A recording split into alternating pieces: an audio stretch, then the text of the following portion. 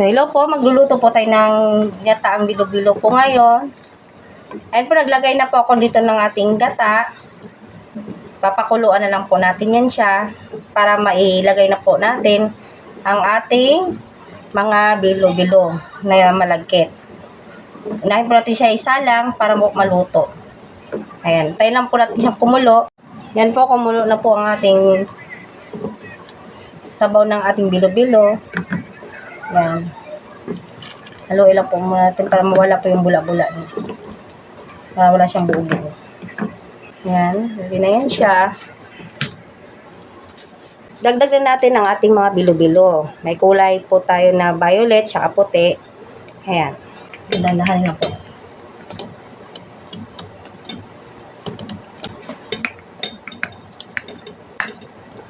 Kakaiwalay-hiwalay din naman yun.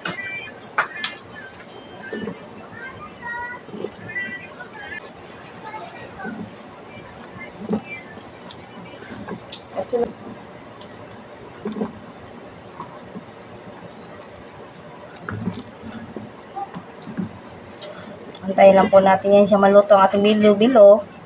Pag naluto na yan siya, malalaman natin siya maluluto pag umaangat na po siya. Ayan. Antayin lang po natin yan. I-add lang po natin ang ating kamote. Yan, una lang po natin ang kamote.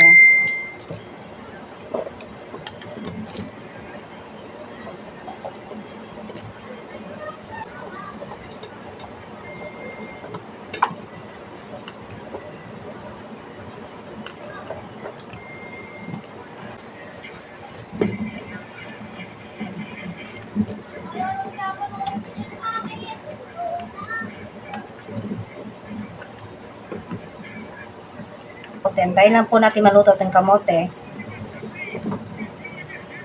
So, lalagay ko na itong asukal. Tinatansya ko lang po.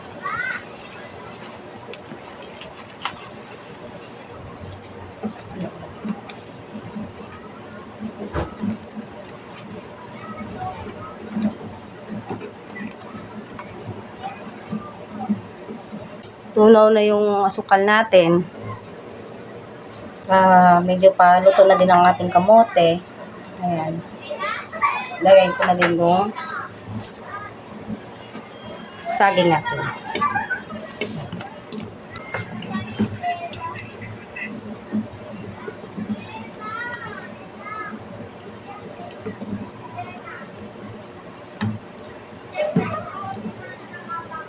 Tayo na lang po natin yung maluto.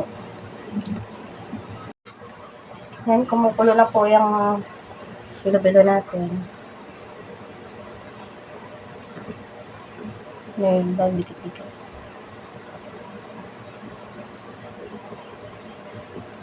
Lagyan ko po siya ng food color para maganda po siya tignan.